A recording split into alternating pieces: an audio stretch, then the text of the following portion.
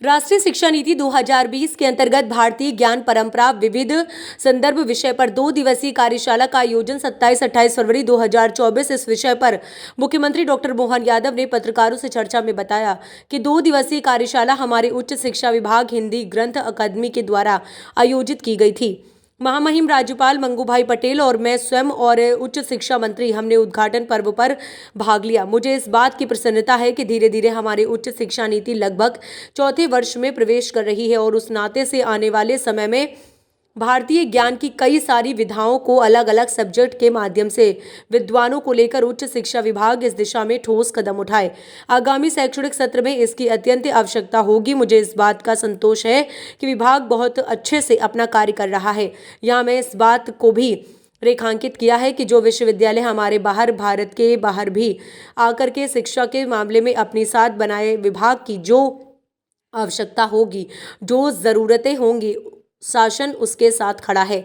मैं एक और बात आपको बताना चाहूँगा कि उच्च शिक्षा विभाग के हमारे सभी जिनको विश्वविद्यालय की श्रेणी में लिया गया, खास करके शासकीय विश्वविद्यालय के शैक्षणिक जगत के अंदर की जो कठिनाइयां हैं उसको भी पूरा करने का सरकार ने निर्णय लिया है और अब हमारे कुलपति तो कुलगुरु कहलन लगे हैं। मुझे इस बात का संतोष है कि उच्च शिक्षा विभाग अपनी शाखा बनाता जा रहा है। मेरी अपनी ओर से सभी को बधाइयाँ।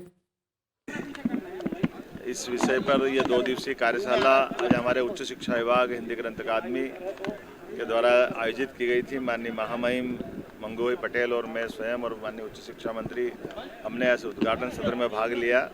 मुझे इस बात की प्रसन्नता है कि धीरे धीरे हमारी उच्च शिक्षा नीति लगभग चौथे वर्ष में प्रवेश कर रही है और उस नाते से आने वाले समय में भारतीय ज्ञान की कई सारी विधाओं को अलग अलग सब्जेक्ट के माध्यम से विद्वानों को लेकर के उच्च शिक्षा विभाग इस दिशा में ठोस कदम उठाए। आगामी शैक्षणिक सत्र में इसकी अत्यंत आवश्यकता होगी। मुझे इस बात का संतोष है कि विभाग बहुत दक्षता के साथ अपना काम कर रहा है। यहाँ मैंने इस बात को भी रेखांकित किया है कि जो विश्वविद्यालय हमारे बाहर भारत के बाहर भी आकर के शिक्षा के मामले में अपनी साख बनाए, विभाग की जो आवश्यकता होगी, जो ज़रूरतें होगी, शासन उनके साथ खड़ा है। मैं एक और बात आपको बताना चाहूँगा कि उच्च शिक्षा विभाग के हमारे सभी जिनको विश्वविद्यालय की श्रेणी में लिया गया, खास करके शासकीय विश्वविद्यालय के शैक्षणिक जगत के अंदर की जो कठिनाइयाँ उसको भी पूरा करने का सरकार ने निर्णय किया है और अब हमारे कुलपति तो कुलगुरु कहलाने जाने लगे हैं। मुझे इस बात का संतोष है कि उच्च शिक्षा विभाग लगातार अपनी साख बनाता जा रहा है। मेरी अपनी ओर से बधाई।